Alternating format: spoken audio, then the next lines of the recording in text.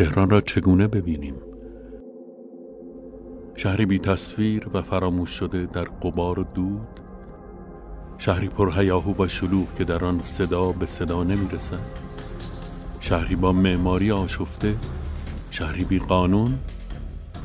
هرچند می شود تهران را تیره و تار دید، اما تهران این گونه نیست.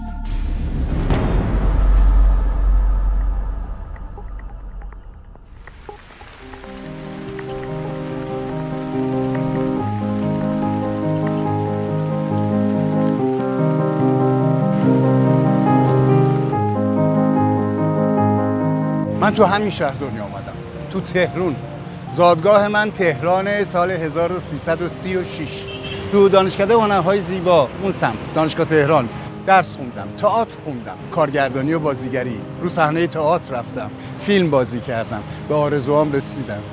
تمام این خیابونا و این کوچه ها برای من پر از خاطره است. من این شهر رو زیبا میخوام. دوست دارم تهران از هر بابت زیبا و دوست داشتنی باشه. میگن قدیما تهران باصفاتر بوده. نمیدونم. شاید دار و درخت بیشتر بوده، هوای سالم، دلای شاد، خونه های حیاتدار، خانواده های پر جمعیت. هنوز عاشق تهرانم، نه اینکه ایراد نداشته باشه، نه، ولی زندگی توش موج میزنه.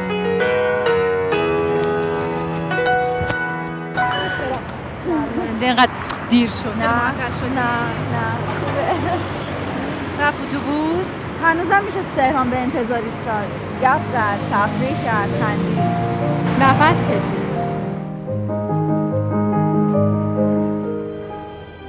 بله، شهر زیباتر شده، مدرن‌تر شده، قطعا با گذشته تفاوت کرده.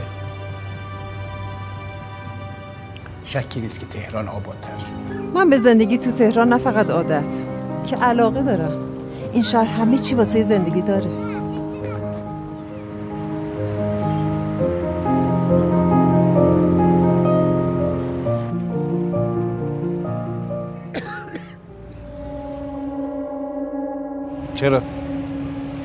چرا هیچ کس به فکر هوای تهران نیست؟ چرا هیچ کس به فکر نسل آینده نیست؟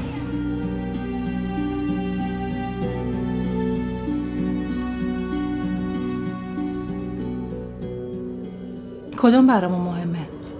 اینکه با آسودگی بتونیم تو کوچه خیابون راه بریم، یا اینکه حتی جرئت نکنیم پنجره خونمون رو باز کنیم؟ نباید شهرمون رو تبدیل به زندونی بکنیم که از سر ترس به سلولای خودمون پناه ببریم.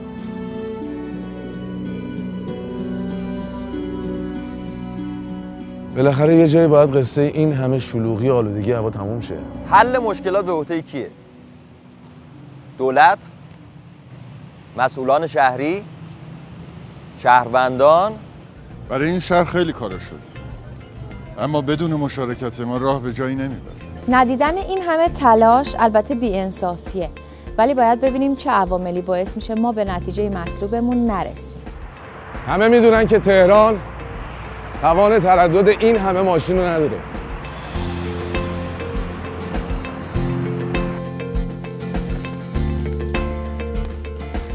مجبوریم به راه حل‌های مقطعی رو بیاریم. تغییر ساعات کار، تعطیل شدن مدارس، زوج و فرد شدن خودروها از درب منزل. البته اگه همه رعایت کنن. ظاهراً ترجیح میدین نفس نکشین اما از خودروی شخصی استفاده کنین. برای اینکه زندگی بهتری داشته باشیم بهتر از وسایل نقلیه عمومی استفاده. خیلی ممنون.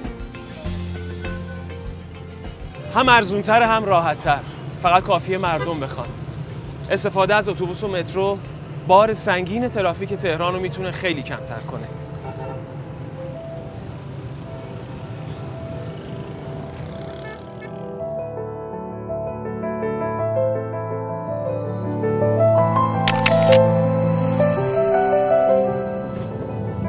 اصلا نمیتونم رفت آمد تو تهران رو بدون مترو تصور کنم.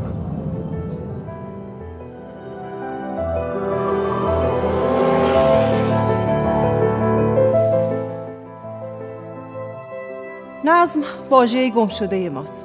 فقط وقتی از قانون حرف میزنیم که به نفع ما باشه. باور کنید اگه بین خطوط رانندگی کنیم با سرعت مجاز با یه خودروی سالم به نفع هممونه.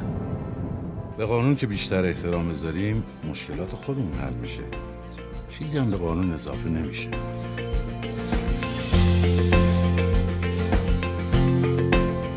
از طرفی میتونید برای مشکلاتی که سالهاست باهاش دست به گریبانی راه حل‌های جدید پیدا کنید. به فردایی فکر کنیم که سوخت‌های فسیلی تموم میشن، یا به زمانی که فقط یه مولکول آلاینده به قیمت جون عزیزامون تموم بشه.